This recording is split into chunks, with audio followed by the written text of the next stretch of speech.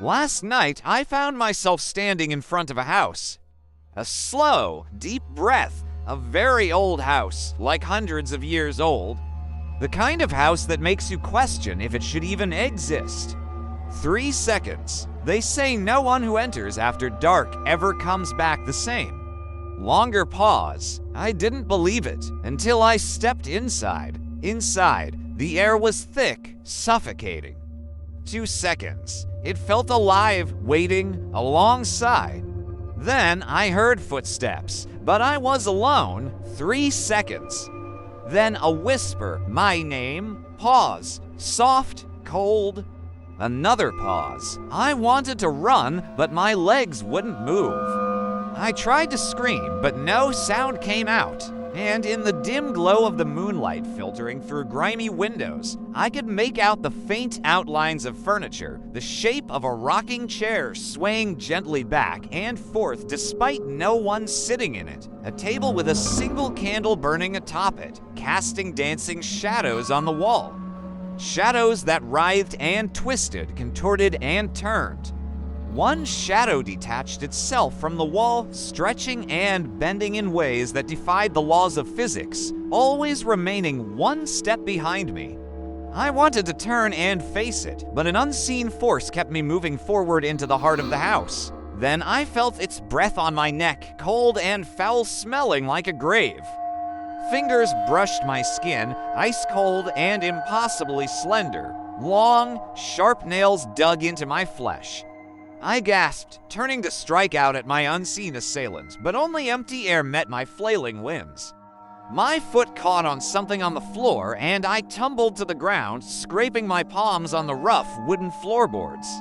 I scrambled back, my heart pounding against my ribs like a trapped bird. In the corner of my eye, I saw the shadow looming over me, its edges blurring and coalescing into a vaguely humanoid shape. Panic seized me, and I turned and ran, desperate to escape the clutches of the house and whatever nightmare it held. The hallway stretched on endlessly before me, its length mocking my futile attempts to flee. Around me, disembodied whispers echoed, murmuring unintelligible words that scraped against my sanity like sandpaper on a chalkboard. Their voices seemed to emanate from the very walls themselves, their whispers growing louder, more insistent as I ran. I burst through an archway and found myself in a room, the walls adorned with old, dried bloodstains, not fresh, but ancient. The sickly hue had faded to the color of rust, yet the sight sent a shiver down my spine. In the center of the room stood a single chair, its back to me. Upon it rested a doll, a porcelain doll with painted eyes, wide and vacant. I hesitated, torn between the urge to flee and the morbid curiosity that compelled me forward. As I approached, the doll's head slowly turned, revealing eyes that were empty black holes, devoid of any life or light. Its gaze bored into me, sending a chill that had nothing to do with the house's drafty halls seeping into my bones. And as I stared into those abyssal depths, it whispered, its voice a raspy caress. Stay ... forever. And suddenly, the doll wasn't the only thing watching me. From the corners of my vision, I saw movement. Shapes coalescing from the gloom, eyes glinting with malevolent intent. I whirled around, my heart threatening to leap out of my chest, but saw nothing. Just the shadows dancing in the firelight, mocking my fear. Yet I knew they were there, lurking, waiting.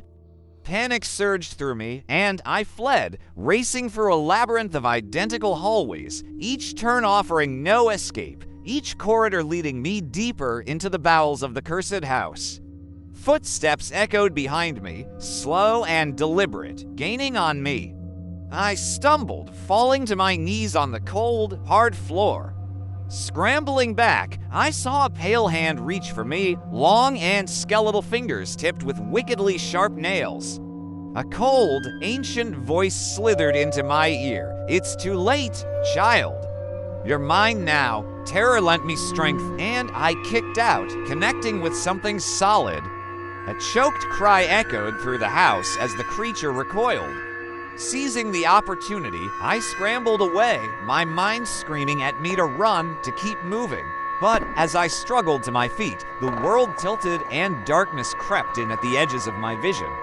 The floor beneath me seemed to melt away, and I collapsed into an abyss, tumbling endlessly through a vortex of shadows and despair.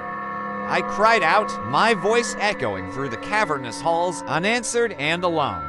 When I woke, the first sensation that registered was the chilling touch of damp earth on my skin. I opened my eyes to the murky light of dawn filtering through the canopy of leaves overhead. Disoriented, I sat up, my head pounding in time with the insistent chirping of crickets.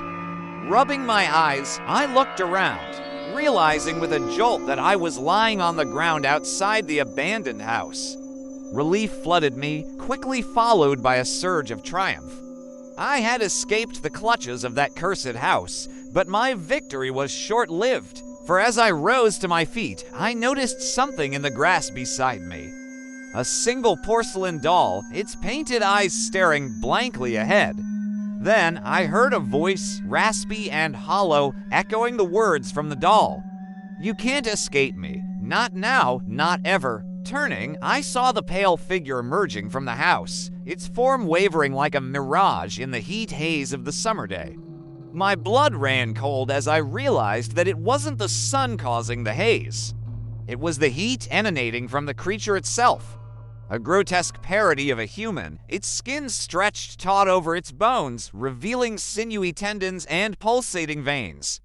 Its eyes burned with an eerie, otherworldly light, and its lips curled into a cruel smile, baring teeth that were long and sharp as shards of glass. With a speed that belied its emaciated frame, it lunged at me, its skeletal fingers outstretched, nails scraping against the parched earth like talons on a chalkboard. I screamed, scrambling back, terror lending me a burst of adrenaline. I raced away, stumbling through the undergrowth, the creature's maniacal laughter echoing behind me.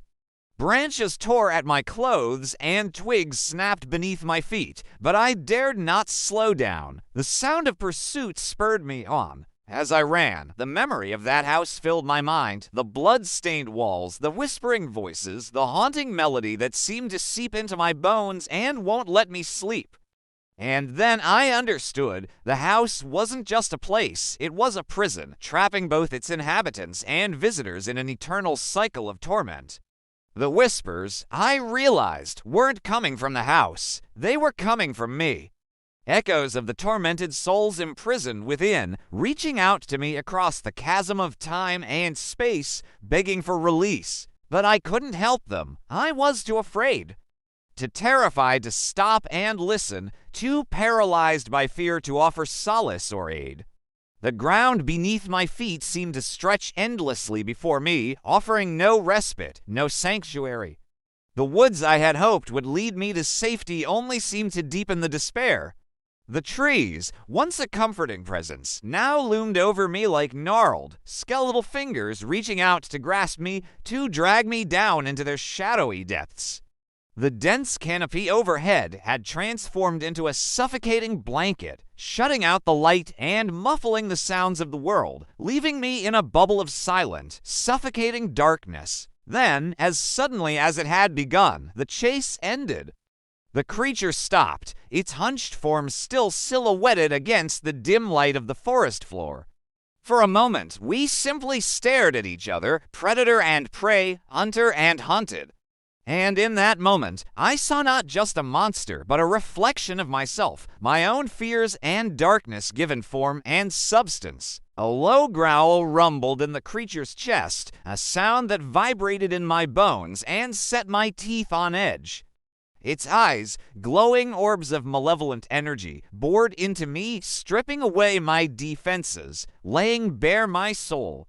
I wanted to speak, to beg for mercy, or maybe to bargain, to offer anything to end this terrifying standoff. But no sound came out. Trapped in the suffocating stillness of the woods, I was utterly at its mercy. Slowly, deliberately, the creature began to advance, its unnatural gait disturbingly silent, each step bringing it closer, reducing the distance between us until it was mere inches away. I flinched, bracing for the end, for the inevitable release of pain or oblivion, but the creature didn't attack. Instead, it leaned in close, its rancid breath washing over me, carrying the stench of decay and the promise of pain. And in its guttural voice, it whispered something that sent shivers down my spine. "Run," it hissed, the word tasting like ash in my mouth. "Run and tell them I'm coming. Tell them the nightmare is just beginning." And then it vanished, melting back into the shadows, leaving me alone in the suffocating embrace of the unending woods. Days turned into weeks, and still, I couldn't shake the feeling that something was terribly wrong. The laughter echoed in my dreams, and when I awoke, it clung to me like a shroud. The whispers followed me everywhere, slithering through my thoughts, tainting my memories. Then the nightmares started. Every night, I found myself back in that cursed house, reliving the terror, the suffocating dread, the icy fingers of fear wrapping around my throat, squeezing the breath from my lungs. And in those dreams, I saw the creature, its eyes boring into mine, promising retribution, vengeance for the escape that it had never forgotten. The line between dreams and reality blurred, leaving me trapped in a waking nightmare, haunted by the specter of the house and the creature that dwelled within. One night, the creature found me in my dream. And as it reached for me, its touch searing my skin like molten lead, I woke up screaming, drenched in a cold sweat, the echo of its laughter ringing in my ears. In the dim light of dawn, I saw it standing by my bed, its eyes blazing with triumph. "You can't hide from me," it rasped, its voice like nails on a chalkboard. "I'm coming for you." And with that, it vanished, leaving me alone in the suffocating grip of my fear. And so it continued, the relentless pursuit, the blurring of reality, the encroaching darkness. Some nights I dream of escape, of outrunning the creature through the labyrinthine halls of the cursed house or into the endless woods where shadows dance and secrets linger. But always it finds me, always it whispers its dark promises. And in the quiet moments, when the laughter subsides and the whispers retreat, I hear a single chilling sound, the ticking of a clock. It's always there, marking the passing time, reminding me that the nightmare is real, that it's coming for me. Sometimes the nightmares are all we experience. They are our darkest fears made manifest, whispering to us in the dead of night, touching us with icy fingers, reminding us that some doors are best left unopened. If you ever feel the pull of a dream, the beckoning of a nightmare, remember this story.